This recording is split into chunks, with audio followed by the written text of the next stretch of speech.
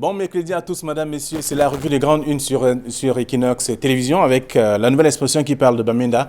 L'armée brandit l'artillerie lourde. Avec ce titre-là, on peut comprendre que les autorités sécuritaires au sommet dans la région du Nord-Ouest ont d'ailleurs lancé hier l'opération Bamenda Clean pour protéger et sécuriser les populations de la capitale régionale du Nord-Ouest et ses environs.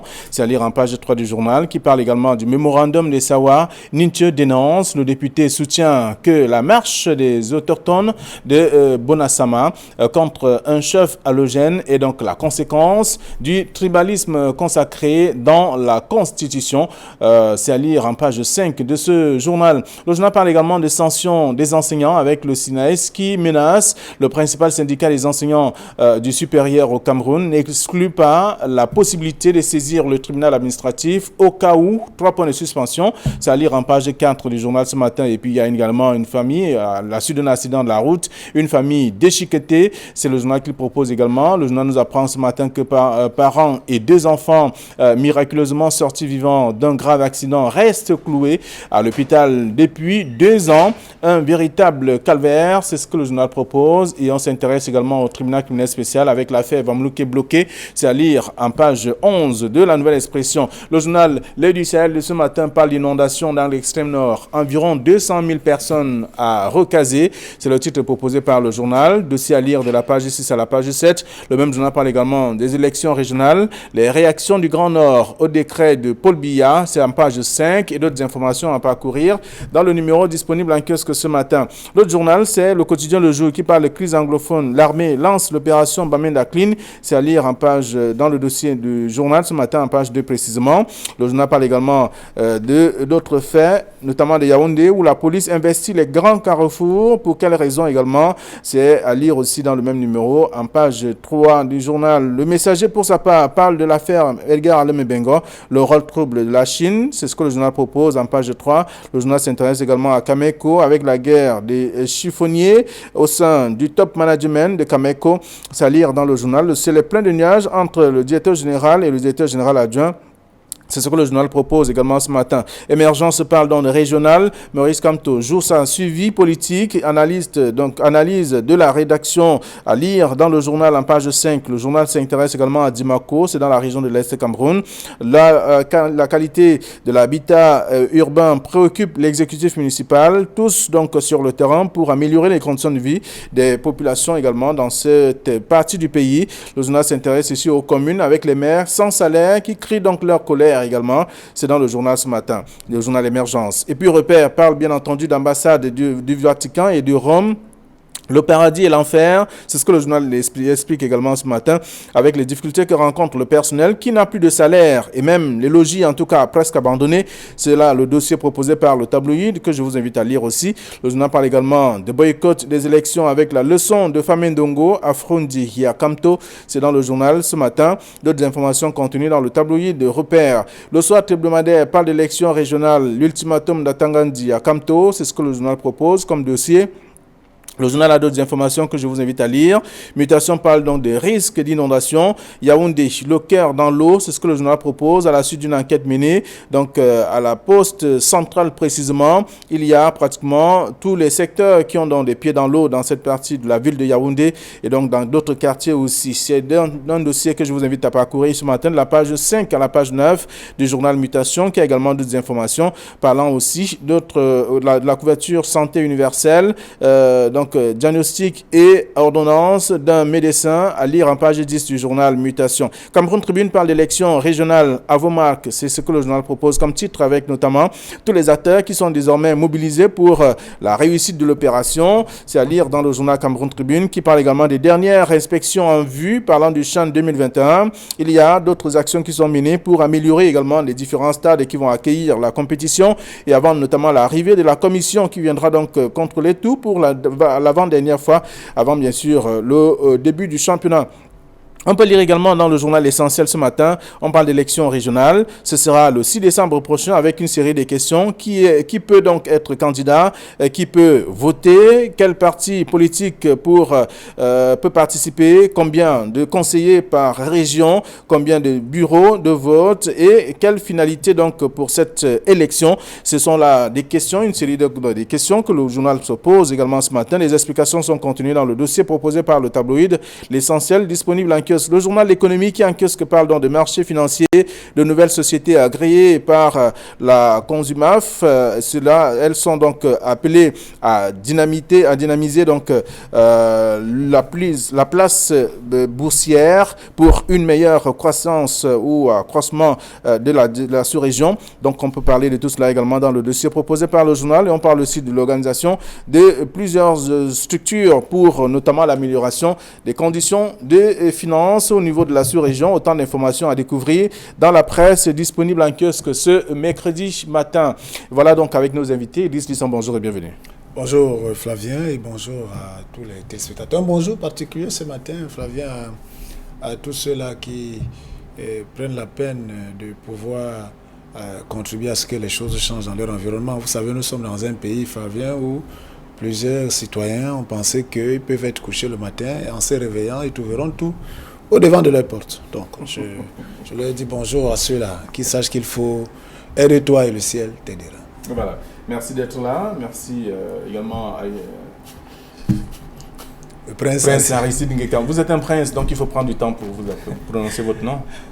Merci pour la considération. Bonjour aux très nombreux téléspectateurs d'Equinox Télévision et surtout de la revue des Grandes Unes. Je voudrais faire de même comme Idriss et aller dans la même lancée en encourageant ceux qui font tout pour changer leur environnement. Je pense ici à l'honorable Mokhtar Madama et Haruna qui ont lancé du côté de Menganga une campagne d'insalubrité, de lutte contre l'insalubrité dans la ville, qui ont recruté des jeunes de ce côté-là. C'est normal, c'est leur travail, voilà, bien entendu. De ce côté-là pour encourager les jeunes. Permettre aux populations d'être à l'aise. Exactement. À travers des actions. Donc, aussi. On l'a vu à Dimako, il y a un journal qui l'évoque d'ailleurs ce matin. Exactement. Donc je tiens un coup de chapeau à tous ceux-là et à tous les jeunes de Menganga qui ont pris le taureau par les cornes. Merci. Accompagnés par ces émissions. Merci d'être là. Alors, le journal La Nouvelle Expression parle de Bamenda. Plusieurs tabloïds s'intéressent également à cette actualité. L'armée brandit l'artillerie lourde. Et ça, c'est le titre proposé par La Nouvelle Expression. Le quotidien Le Jour également parle de l'opération. L'armée lance donc l'opération Bamenda Clean. Autant de sujets, autant de titres également à découvrir pour un seul sujet dans la presse ce matin. Oui, et Flavien, il faut dire qu'ici, là, on voit une question de riposte. Vous vous souvenez très bien que les RICS ne sont pas encore arrêtés de ce côté-là.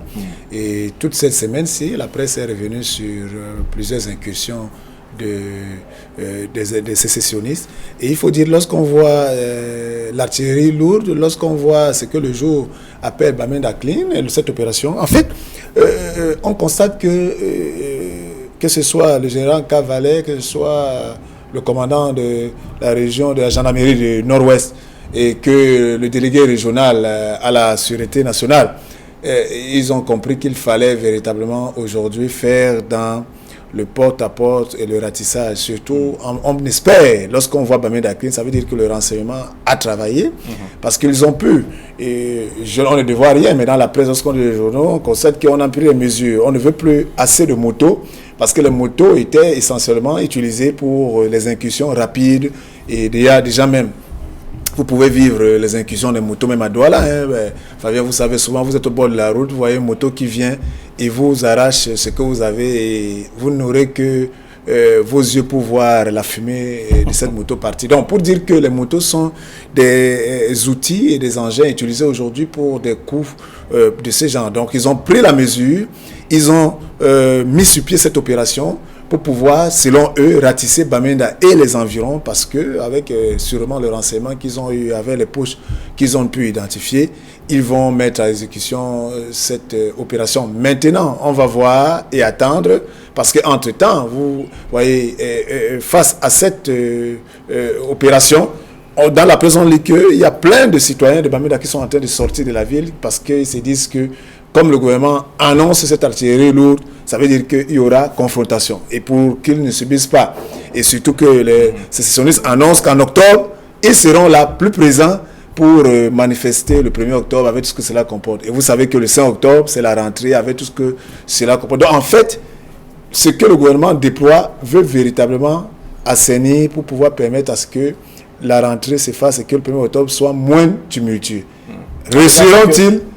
On attend de voir. De toute façon, c'est une opération qui est lancée. On le voit bien, Prince Aristide Ngikam, Bamenda Clean. Il n'y a pas que Bamenda qui constitue la région du Nord-Ouest. Il y a bien d'autres localités aussi. Oui, vous savez, je pense que c'est en réponse, en premier, en réponse à l'opération qui a eu lieu. Je pense qu'il y a quelques jours, au niveau de Bamenda, où un inspecteur de police a été abattu en pleine ville. Je le disais ici la semaine dernière, c'était comme on avait l'habitude de le voir dans les films western. Aujourd'hui, on le vit pratiquement dans notre pays. Je pense qu'il fallait une sorte de riposte, parce que tuer un inspecteur de police ou alors un homme des forces de défense et de sécurité, un homme en tenue, en pleine ville, et avec tout ce qu'il a comporté, là, ça voudrait dire que les populations, même là-bas, ne sont plus en sécurité. Vous vous souvenez que là où jusqu'à récemment, on pouvait se déplacer, aller à la ville de Bamenda. C'est-à-dire que les activités tournaient là-bas, dans la ville, que ce soit à Upstation, qui est relativement très calme, et au centre-ville. C'est-à-dire lorsque vous allez, même au niveau même de Bambili, c'est-à-dire que la vie se faisait de façon normale. On avait des craintes plus dans les zones comme à Bali, en Cambé et dans d'autres départements de la région du Nord-Ouest. Je pense que cette riposte-là est due à l'assassinat de l'inspecteur qui a eu lieu là, je pense que c'était la semaine dernière. Et Idriss l'a dit, nous avons le 1er octobre qui arrive. Vous savez, pour la réussite de cette opération, il faut que la population contribue. Oui, la population, je pense, et la deuxième dimension même de cette sortie des forces de défense et de sécurité est même dissuasive. C'est-à-dire que la présence des forces de maintien de l'ordre partout dans la ville, dans les quartiers, est aussi un tout petit peu dissuasif pour ceux qui pensent ou alors à perpétrer des actes de barbarisme ou alors de terrorisme. Donc je pense que cette présence est dissuasive de toutes les forces de défense est plus dissuasive. Et la deuxième chose qu'il faut relever, c'est qu'en supprimant les motos, moi je pense que c'est une chose qui a été faite avant. C'est-à-dire que lorsqu'il y avait les ghost towns, je pense que le gouverneur du Nord-Ouest avait interdit la circulation de motos entre les départements à une certaine heure. C'est-à-dire qu'à plus de 18 heures, vous ne pouvez pas circuler en moto. Aujourd'hui, on l'a pratiquement arrêté et je peux vous dire que c'est le gagne-pain de certaines qui vont souffrir là-bas, de certains mototaximens qui ne seront pas du tout contents. Et c'est en cela qu'il faut une sorte de causerie avec les syndicats des mototaximens pour les expliquer la chose et dire que peut-être c'est lorsque les choses vont revenir à la normale, les activités vont pouvoir reprendre. Je pense que c'est un acte qui est louable, qui est légitime. Et on attend de voir ce que ça va donner. D'accord, la presse en parle ce matin. On parle de l'armée qui lance l'opération Bamenda Clean et la nouvelle expression Le Quotidien Le Jour et d'autres tabloïds qui s'intéressent à cette actualité. Flavien, je voulais juste rebondir un peu pour dire au presse Aristide que justement dans la nouvelle expression, le reporter nous signale que les syndicalistes, les leaders des syndicats de moto ont été mis en contribution pour que cette mesure soit respectée. Donc, même pour passer l'information et pour qu'il n'y ait pas de risques et qu'il n'y ait pas de mécontents. Parce que c'est une opération, vous savez, les opérations ont un début et une fin. Ça ne sera pas, la terreur ne sera pas là sûrement sur 2 mois, mais en fait, c'est sur une période bien calée. On ne nous dit pas combien de temps, mais après, les choses, si des choses se tassent, les choses pourront redevenir à la normale par rapport à ce que le terrain va ressortir. Oui, surtout qu'on on le disait, on a le 1er octobre qui est un jour important de ce côté-là, pour ceux qui réclament l'indépendance du Cameroun le 1er octobre là-bas. Vous savez, il y a toujours eu des manifestations, c'est-à-dire des manifestations que ce soit symboliques. Et de nos jours, depuis que la crise anglophone a commencé, elle devient importante. Elle devient très importante avec les drapeaux qui sont érigés. Et en d'autres termes, vous avez la rentrée qui sera bientôt là en début octobre. Je pense qu'il faut, cette opération vise à même non seulement, c'est une riposte, mais à rassurer les populations que même la rentrée au-delà du 1er octobre nous sommes avec vous, vos enfants iront à l'école, et ainsi de suite. Ok. Alors, donc, le journal Le Jour, la nouvelle expression. Et maintenant, les du Sahel parlent des inondations dans l'extrême nord. Et je voudrais également vous proposer aussi le titre de Mutation, qui s'intéresse justement à ces inondations. Mais du côté de Yaoundé, on parle de Yaoundé, le cœur dans l'eau. Ben oui, parce que si vous arrivez à la pose centrale, qui est véritablement le cœur de la ville aux 7 collines, la capitale politique du Cameroun, vous verrez que lorsqu'il y a des pluies, la pose centrale, si vous partez de l'avenue Kennedy en venant vers la pose centrale et que vous sortez du côté de Vogada et que vous venez du boulevard du 20 mai, en fait, cette zone est toujours véritablement parce qu'il y a au-delà de la chaussée, sous la chaussée, ce sont des canaux d'évacuation des eaux qui sont bouchés, non, vous savez, avec le port de Timiovouna, il a longtemps travaillé pour véritablement essayer de désengorger la pose centrale. Mais malgré cela, on constate que lorsque les pluies, comme aujourd'hui, comme cette année, la pluviométrie est très forte, parce que vous vous souvenez, selon la météo, il y a un mois, lorsqu'on était en début août, on avait atteint le niveau de pluviométrie qui était prévu pour toute l'année 2020, en début août. Et regardez de août à aujourd'hui, à septembre, les quantités de pluie qui est encore tombée. Donc en fait, on va se retrouver peut-être à 2 fois plus de pluviométrie.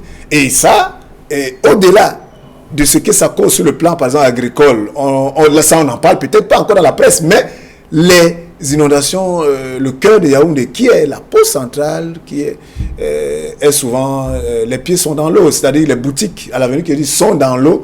Tant que ces zones ne sont pas évacuées, on ne peut pas faire du business. Vous savez, c'est vraiment là où se font les plusieurs transactions dans la ville. Et vous trouverez, il y a la trésorerie générale qui est à côté, il y a l'hôtel, plusieurs structures. Oui. Donc, si la pose centrale, l'avenue Kennedy, est inondée, c'est le cœur, justement, de la Yaoundé qui est dans l'eau. Donc, le cœur est dans l'eau. Il ne faut pas oublier que l'ancien palais présidentiel n'était pas loin de cet endroit-là. Oui, il faut noter que, comme Idriss l'a dit, le Foundi déborde tout le temps. C'est-à-dire que le lit du Foundi déborde tout le temps. Il y a quand même eu construction des drains, quand même. Oui, on a fait des drains. Je me souviens, lorsque la ministre du Développement urbain et l'Habitat, Ketia Koutez, est arrivée, elle a fait une descente au niveau de l'avenue Kennedy notamment, pour sensibiliser les uns et les autres, de ne plus jeter les ordures dans les drains pour permettre aux autres de... Mais je pense que ça n'a pas résolu notamment le problème. Je pense que les architectes même de Yaoundé, à l'occasion, ont fait plusieurs sorties pour dire que le plan qu'on avait fait de Yaoundé n'a jamais été respecté. Et qu'avec l'ancien délégué du gouvernement, il tendait à corriger pour qu'on le respecte. Donc, et qu'il fallait repenser toute la canalisation de la ville de Yaoundé. Aujourd'hui, on essaie de faire des petits pansements, mais vous savez, l'eau, lorsqu'il coule et il cherche des voies, s'il ne trouve pas des voies, il rentre dans les maisons. Vous voyez un peu? Donc, c'est un problème qui est fondamental, qu'on ne devrait pas chercher à faire des petits pansements, non. Il faut repenser. Il faut repenser toute il faut des solutions définitives. Définitives. C'est-à-dire qu'il ne faut pas aujourd'hui dire non, ce sont les ordures. Non. Si ce sont des drains qui sont petits, il faut agrandir les drains. Et vous voyez à Douala, vous voyez non loin du siège d'Equinox Télévision, tout juste là en bas, je pense, à la Bessenguer, ça a totalement débordé. Lorsque vous voyez le drain qui a été suffisamment élargi, mais l'eau a totalement traversé et s'est retrouvée pratiquement en route. Vous voyez, il faut ce type de pluie pour évaluer justement les travaux qui ont été faits et apporter des corrections. Donc, je pense qu'il faut totalement repenser ça. Vous avez Bonapriso. Vous savez que tout Bonapriso, c'est une zone marécageuse. Les gens ne le savent pas. C'est-à-dire que vous voyez au Terre de l'air, toute la zone de Terre de l'air, c'est une zone marécageuse. Nous, quand on était tout petits, on vivait à Bonapriso, on allait nager là-bas. C'est-à-dire que c'est une zone que les gens sont venus rembler, qu'on a totalement remblé. Et c'est une zone qui a été marécageuse, qu'on a totalement remblé. Lorsque les eaux viennent, elles sont dans les maisons. Donc, il faut il faut se regarder en face, il faut repenser tout. Il ne faut pas éviter de casser. Alors, donc, vous avez ici encore, vous avez Sable, la zone qu'on appelle Bonamouan et tout ça, Sable. Mais des gens sont allés construire pratiquement dans le bruit. C'est-à-dire que Remblai pour repousser l'eau, et mais ils sont surpris que lorsqu'il y a les pluies, qu'il soit inondé. Donc, je pense que c'est un travail qu'il faut faire en amont, pour éviter ce type de catastrophe. D'accord. Que nous vivons Flavien, moi, je voudrais rebondir sur l'aide du Sahel par rapport au... Oui, on va parler de l'aide du Sahel parce que le cas de Yaoundé quand même est préoccupant. On voit bien que c'est le cœur. La capitale, bien sûr, la capitale non, politique. mais le cas de l'extrême nord aussi. 200 000 personnes à recaser. Bon, à Yaoundé encore, c'est le centre urbain. Pour moi, je pense que 200 000 personnes qui sont en danger, là, c'est plus grave que le cœur de Yaoundé. Le journal précise ce matin que les membres du gouvernement qui sont allés ont goûté un peu aux difficultés que rencontrent les populations locales, c'est-à-dire le mauvais état des routes, les bourbiers et autres qu'on a pu enregistrer selon le reporter qui a proposé tout un dossier, qui a produit un dossier en tout cas là, après avoir enquêté et suivi également ces membres du gouvernement. Oui, en fait c'est la matérialisation, Flavien, de ce qu'on appelle un peu une sortie de crise. Entre guillemets, qui n'est même pas encore terminé parce que Boko Haram n'est pas encore parti. Vous savez qu'avec les incursions de Boko Haram, lorsque vous prenez la route Maroua-Kousseri, c'est une route qui était prévue. On était même en train de la refaire lorsque les Chinois qui avaient gagné ces marchés ont été kidnappés. Vous vous souvenez, après le chantier a été arrêté. Il est normal que 3-4 ans plus tard, que cette route ne soit plus du tout praticable parce qu'elle avait été, vu les raisons du conflit, stoppée, voilà le chantier. Donc, voilà la conséquence. Et deuxièmement, moi, je suis toujours surpris, et le président Senghekam évoquait tantôt le fait qu'il faut prendre des mesures en amont. Parce que, vous savez, l'extrême, non, chaque année, c'est le problème, c'est que la même cause, même problème. Lorsqu'on arrive à cette période de l'année, on est toujours face à ce type de situation où ceux qui, les maillots débordent, et les gens qui habitent, qu'on les habitait dans les alentours des maillots, et même dans les maillots même. Lorsque l'eau revient, et c'est normal que ces personnes soient complètement sans abri. Donc, mais je précise quand même ce matin que la descente du ministre a permis à ce que chacun prenne l'engagement dans son secteur précis pour prendre... c'est là où moi je voulais rebondir très rapidement pour dire que, mais attention, mais tous les jours les ministres l'ont fait. Parce qu'il faut qu'on sorte quand même aussi de cette politique de cosmétique où, comme vous savez que nous sommes à l'ère de la communication, où on va se filmer, on va poster sur Instagram, sur Facebook, on va faire des vidéos, les journaux vont en parler, et puis après quoi? Bon, moi je pense que les élus locaux, c'est-à-dire les maires des différentes communes qui sont touchées par ces phénomènes doivent véritablement intégrer. Je pense qu'on les a élus pour qu'ils apportent des solutions aussi, doivent porter des plans de développement et pour pouvoir éviter à ce que les populations soient victimes chaque année des mêmes problèmes. Et lorsqu'ils porteront ces éléments, ils pourront bousculer, faire du lobbying. À quoi servent ces députés qui sont dans ces régions, dans ce côté, pour faire du lobbying auprès de ces ministres, pour qu'ils tiennent parole? Parce que ce n'est pas seulement hier ou la semaine dernière que ces ministres... Il y a toujours eu, lorsqu'il y a toujours une catastrophe, ces ministres viennent là, ils disent au chef de l'État, le don spécial du chef de l'État, on va vous partager cela, on donne des matelas, on donne des mails, on fait ceci. On attend 3 mois après, 1 an après, on attend la prochaine. Naturellement que c'est pour sauver quand même. Donc je dis chacun devrait faire son travail. Que les maires, que les élus locaux, que les maires prennent cette question comme une question de vie ou de mort. Je voudrais dire que c'est pratiquement devenu un marché, entre guillemets, un marché public. C'est-à-dire que chaque année, je ne sais pas si c'est le MINAT et les autres ministres qui s'occupent de ça, qui achètent du riz pour aller donner aux populations. C'est pratiquement devenu un marché. C'est-à-dire, on se retrouve là. Je ne sais pas, c'est pas pour dire qu'ils sont contents de voir les gens dans la détresse. Pour être plus sérieux, Idriss l'a dit, chaque année, on le vit. On vit les inondations dans le Grand Nord. Chaque année. Vous avez une histoire de digue de Mada qui a été faite d'abord par les travaux publics, après par le génie militaire. Après, la digue a même lâché. Mais on n'a jamais posé la question de savoir, demander les comptes au génie militaire pourquoi la digue avait lâché. On dira que toute œuvre humaine n'est pas parfaite. Mais je dis, c'est un problème fondamental.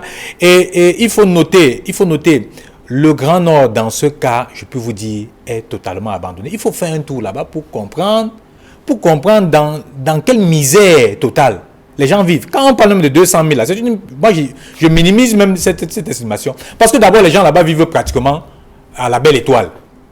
Je dis, les gens vivent pratiquement à la belle étoile. Aujourd'hui, la famine va s'accentuer. C'est-à-dire que ceux qui cultivaient le mil, leurs champs sont totalement dévastés. Equinox Télévision, vous avez vu le reportage, ô combien important. Et je dirais même, il faut féliciter le reporter de ce côté-là, qui nous a fait vivre totalement l'inondation, qui nous a montré les eaux qui arrivaient pratiquement au cou de ceux qui ont pratiquement 1,70 m. Mais imaginez les enfants. On nous a montré les enfants qui tombent à bleu, qui n'ont plus d'abri. Qui n'ont plus d'abri. À quoi sert une pléthore de ministres qui se déplacent, qui prennent un vol éthiopien, je pense que c'était éthiopien, puisque qui réquisitionne tout un avion qui nous coûte pratiquement une bagatelle au moins de 150 millions de francs. Mais avec les 150 millions, ils auraient dû prendre la route.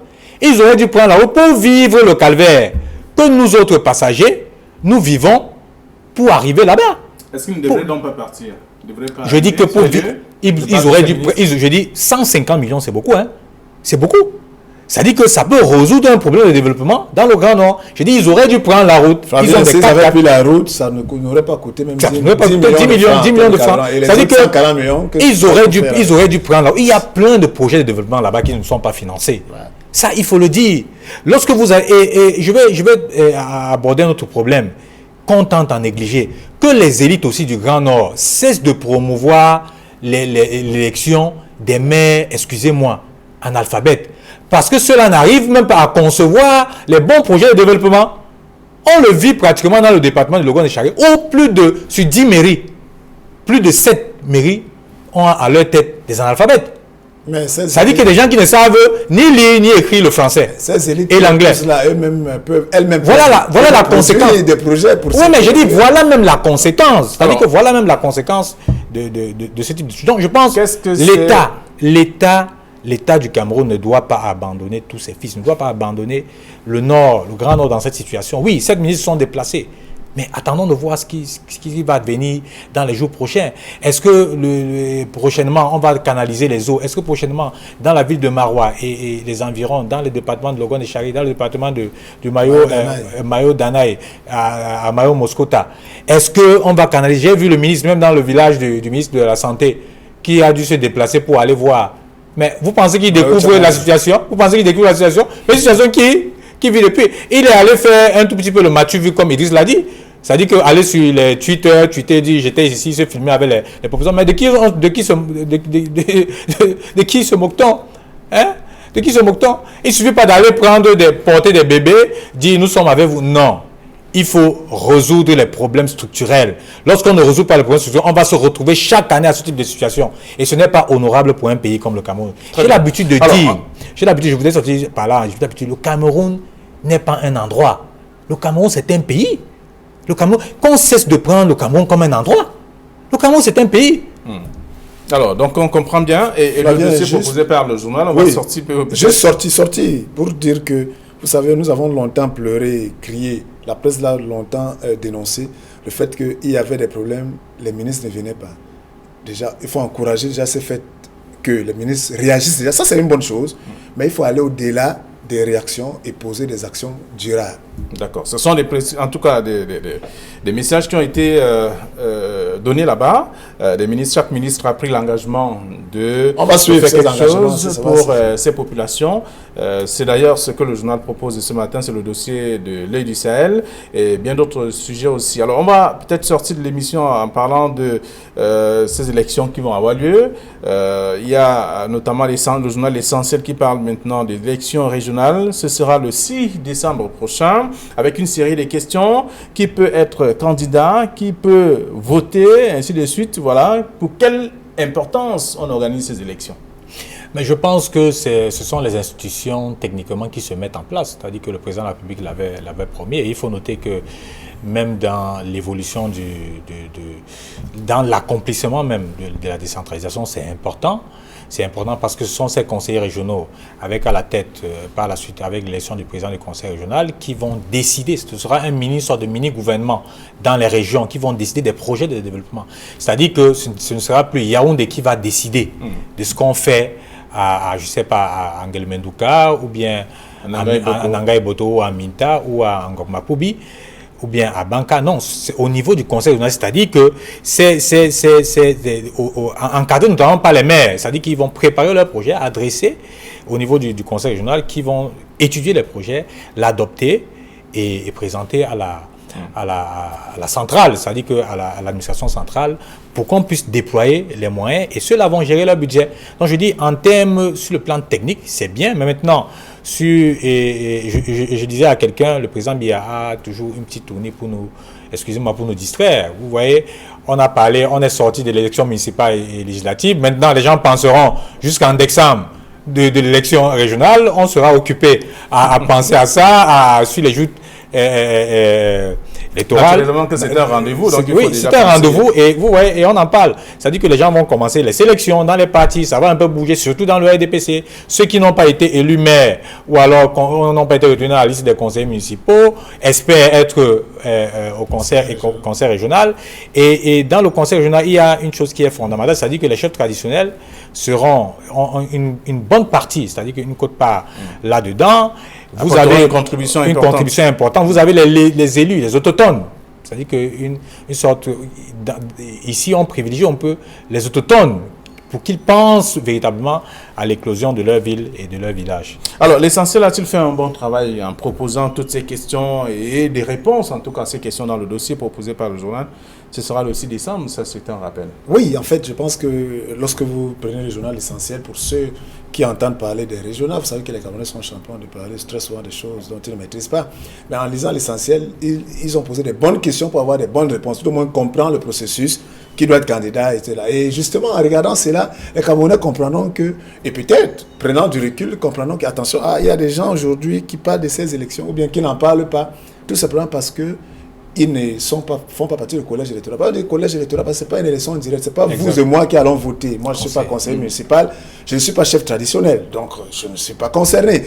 Donc, il y a un collège, 2 collèges qui sont connus. Ceux qui sont les chefs traditionnels, ils vont élire 20% de ces membres des conseils régionaux. Et ceux qui ont accepté de participer aux élections municipales, qui ont eu les conseils municipaux, ce sont ces conseils municipaux-là qui vont élire maintenant les conseils régionaux. Donc en fait, ça veut dire quoi? Ça veut dire que si quelqu'un n'a pas de conseil municipal, il n'est pas... En fait, il est spectateur. Il est spectateur. Mais maintenant, c'est un enjeu politique. Enjeu politique pourquoi? C'est-à-dire que lorsque... Prince Aristide Ngekam dit qu'on a 3 mois pour pouvoir échanger. Mais c'est logique. Mais il ne faut pas qu'on tombe sur le même piège. Parce que moi, c'est là où je vais rebondir sur ce que le prince a dit. Il ne faut pas qu'on tombe sur le même piège. Nous toujours savons que c'est la distraction. Mais pourquoi chaque fois, depuis 38 ans ou 39 ans, nous savons que c'est la distraction et nous faisons les mêmes erreurs? C'est-à-dire qu'on se laisse distraire et on reviendra en janvier lorsqu'il y aura de nouveaux conseils régionaux et la vie va continuer pour chercher la prochaine étape, peut-être le prochain discours de Paul Biya le 11 février, qui sera une nouvelle étape de distraction. Après, on ira. Donc, moi, je dis, il faut changer de stratégie de manière à pouvoir permettre à ceux qui ont des ambitions, des objectifs, atteindre leurs objectifs sans se laisser guider par la distraction, entre guillemets, du président de la République. D'accord, alors dans ce dossier que propose le journal Essentiel, Cameroun Tribune dit à vos marques, et là vous aurez eu l'occasion de lire c'est le traitement qui a été réservé à cette autre actualité. On va sortir de l'émission avec la nouvelle expression qui parle du mémorandum des Sawa. Nutche dénonce, le député soutient que la marche des autochtones n'est pas de nature à satisfaire tout le monde ou encore à être apprécié par tout le monde. Mais je dirais que c'est un problème. Il ne faut pas confondre. Et j'ai vu dans les médias, les gens aller dans tous les sens. Même ceux qui se sont dit, entre guillemets, traditionnels. Je l'ai vu un peu sur votre plateau. Il ne faut pas confondre. Le problème de Bonasama, le problème qui est posé à Bonabé est un problème fondamental. C'est que celui qui a été, celui dont l'administration a délivré l'arrêté comme chef traditionnel du 3e degré, n'est pas un chef traditionnel.